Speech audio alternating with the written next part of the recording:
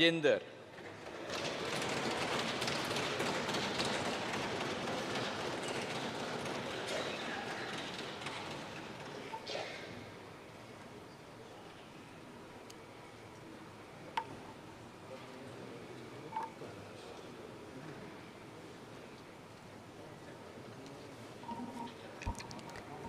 ఈటల రాజేందర్ అనే నేను లోకసభ సభ్యుడిగా ఎన్నికైనందున శాసనం ద్వారా నిర్మితమైన భారత రాజ్యాంగం పట్ల నిజమైన విశ్వాసం విధేయత చూపుతానని, భారతదేశ సార్వభౌమాధికారాన్ని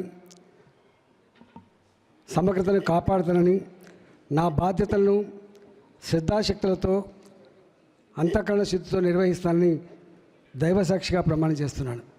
జై హింద్, జై తెలంగాణ, జై సమ్మక్క సారలమ్మ.